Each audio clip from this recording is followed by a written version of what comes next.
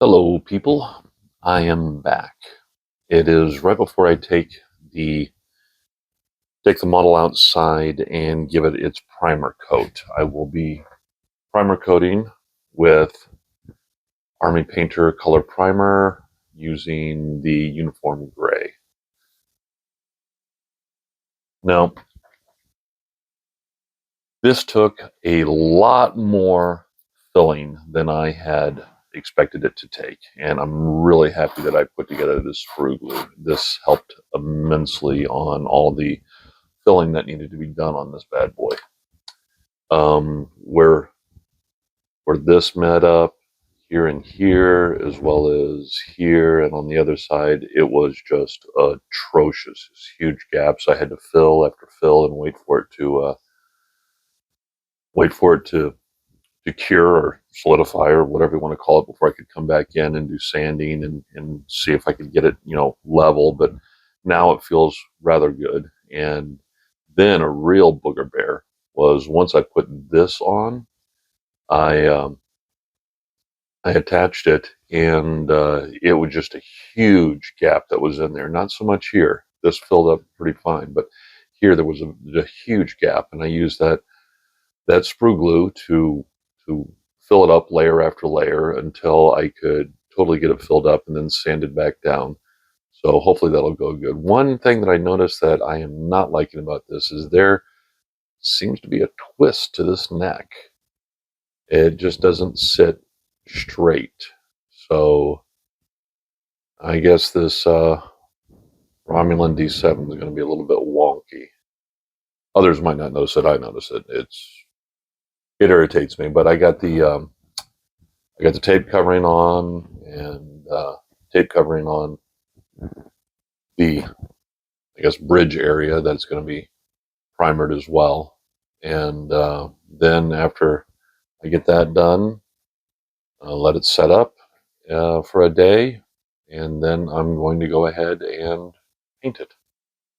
And I was not able to locate the original colors that were called for. They originally calls for, hold on, let me see here, Tester's Anthracite Gray Metallic 2711 and Tester's German Silver Metallic 1768. But I was able to find pretty close equivalents, not as close as I would necessarily like, but using the Vallejo 71.283 Russian tan and the Vallejo 71.063 silver metallic. So I did just a little, because it was supposed to be 50-50 on some of the paint jobs. So I went ahead and just did a little test splotch right here because that's going to be covered in case I didn't like it. And it seems okay. So that's going to cover most, the neck, this lower bulbous part, the lower section of everything. It will be just straight this color, just straight this color, haha, for the top here, and the top of this bridge area right here. That will get just the straight Vallejo here. And hopefully it'll turn out well. If it doesn't, well, it won't be the first time. So I'll be back after I prime. We'll see how it looks and see if I did a decent job on the sanding and fill. Welcome back, people. We are done with the first coat, and I emphasize the first coat of the primer. Primer reveals all mistakes, and we have quite a few that we need to fix here. I was not as good as I thought I was. So let's take a look here. We got come on, focus. Got all these problems there. Got all these problems here and up there and around. So basically what I'm going to have to do is I'm going to have to, well, this was turning out pretty nice. There's a few little spots that need to be cleaned up, like here. You see that little bitty divot there, so I need to sand that down and put more on there. But just little things like that. And stop moving. And just some cleanups. But I just basically what I need to do is I need to go through, sand down the primer off to expose the bare plastic again, and just fill this in a little bit more, sand it down smooth again, and see if I can fill in just these little bitty cracks that I missed there, there. So basically, oh, and also right here, really, really needs to be done. Need to fix that crap ASAP. But once I get that done, which should just be sanding today, and then filling and sanding and letting it set overnight, um, and then paint again in the morning, maybe. This I don't worry about because there's a piece that fits right over the top of that. Matter of fact, this piece, and so that'll hide that. And just like I don't worry about this because the bridge area will cover that, but I also need to fix the bridge area a little bit, just in the corner there, and maybe a little bit in the corner there. That's the only places, well, okay, all the way around. You need to go all the way around. Isn't that just lovely? That's okay. If I had a life, I wouldn't be doing this, right? So, back to work we go. Going a little handheld here.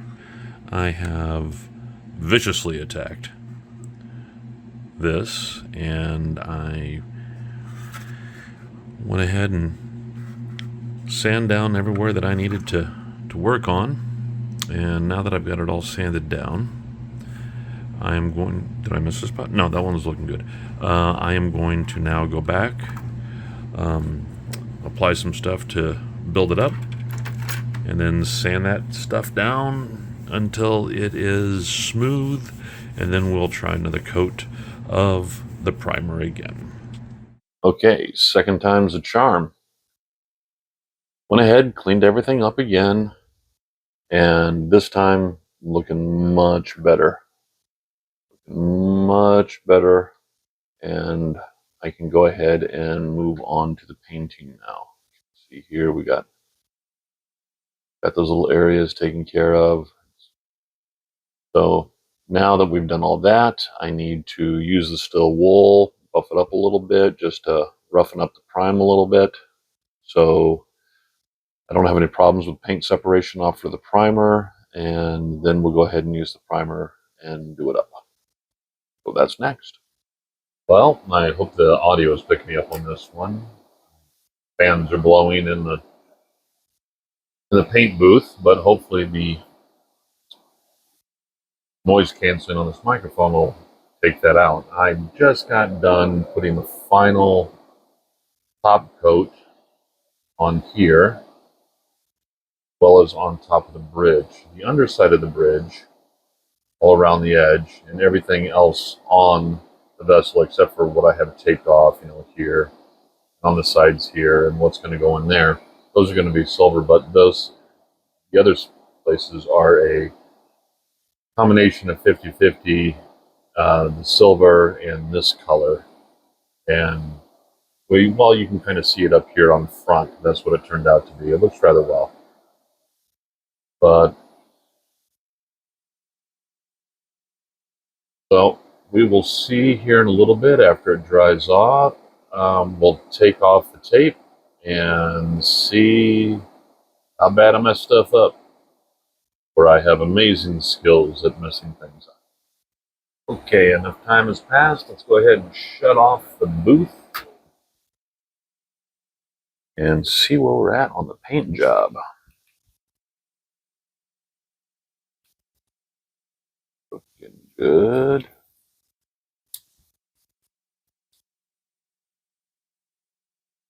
I think that looks decidedly acceptable. I'm gonna have to paint this by hand. That's okay. Now, oops, didn't mean to hit the camera there, sorry. Start taking a look at the big boy here.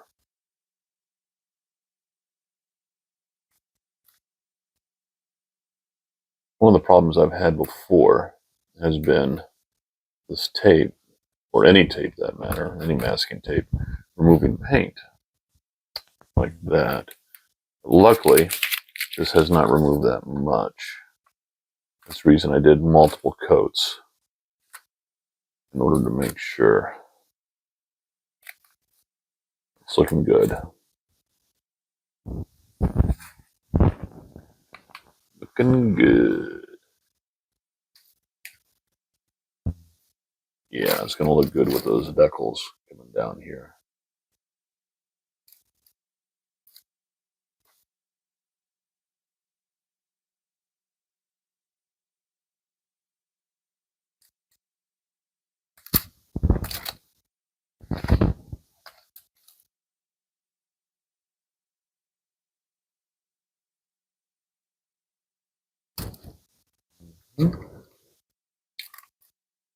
Good. Look like I messed up anything too much.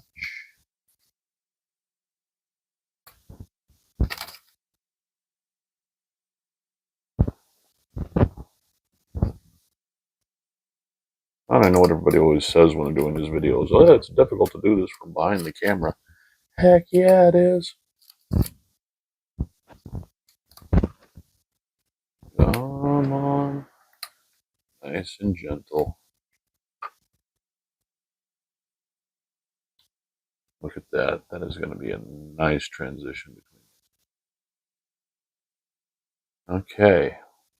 I'll just go ahead and remove this top part here. I'll pause for that. All right. Not looking too bad, if I do say so myself. And I believe I do say so. Let go tape. We're rotating. All right. Now I need to mount those. Ooh, focus. Need to mount those up there. Repaint these. Repaint the gold that I put on that. Put the bridge back on. Mount the part on the bottom. This part right here. Bottom. And clear coat. And then once I get the clear coat on there, glossy, then we can start on the decals. So, moving right along, fun to be had by all.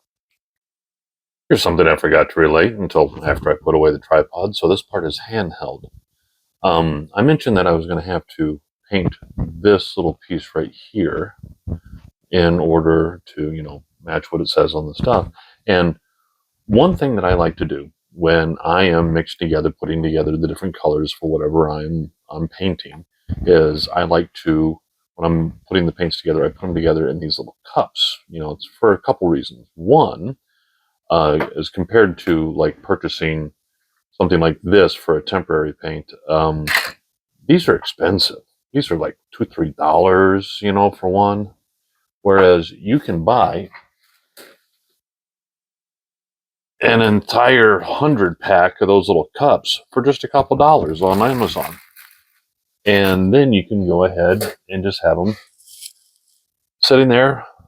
And when you put stuff in, you can save this for long times. And one thing that I have learned to do is when you mix a certain paint in order to make, it's always good to save some, have some in here so that when you have little things that you need to touch up or little accidents that occur that you need just a little bit to make it all better, you have it and the paint matches. So that's one of my big suggestions to people is buy yourself 100 pack of these little cups with the lids. The paint stays in there for a long time before it, will evaporate or lose consistency. And so you have literally, a week or two or more, and that you can go back and do touch-ups and have that exact paint, not have to worry about mixing more or not have to worry about it matching, because it matches, because it is the paint you used. I cannot suggest this more highly. It is the next morning after doing the first gloss clear coat, and I'm liking what I'm looking at so far. I put it on the stand to clear coat it because it will it allowed me to just spray underneath and get it all at once. So let's take that off and put it back on my little painting stand. Now, I also mounted that bottom plate on there, that cooler grill, whatever it is. Now, one thing I did notice that I forgot to do before I put on the gloss coat is I forgot paint this part right here. These little grill areas and this need to be painted the same color as this. And so I will do that after I put the decals on. I don't want to put the decals on and then have and then be using water around uncovered acrylic and have the possibility of having runs and all that good stuff. So next up is going to be doing the decals, the decals, and it's going to be fun. I think I'll start with the bottom and put on the bird on the bottom. That's just two, and then work around to the top because those ones I'm going to have to piecemeal together on there. But it should be relatively easy. I mean, there's nothing on this front area here. I mean, that's a completely blank slate. We just have to put some windows here, some windows there, and piece these around on here. It should be relatively simple to get these on. The only thing that's going to take time is this one right here. I'm going to have to let the micro set. Is that it? Microsol? Yeah, I'm going to have to let the microsol let this settle down into that grill pattern on this piece here. So that might take a couple hours to let that settle in, but fun. So next, the decals.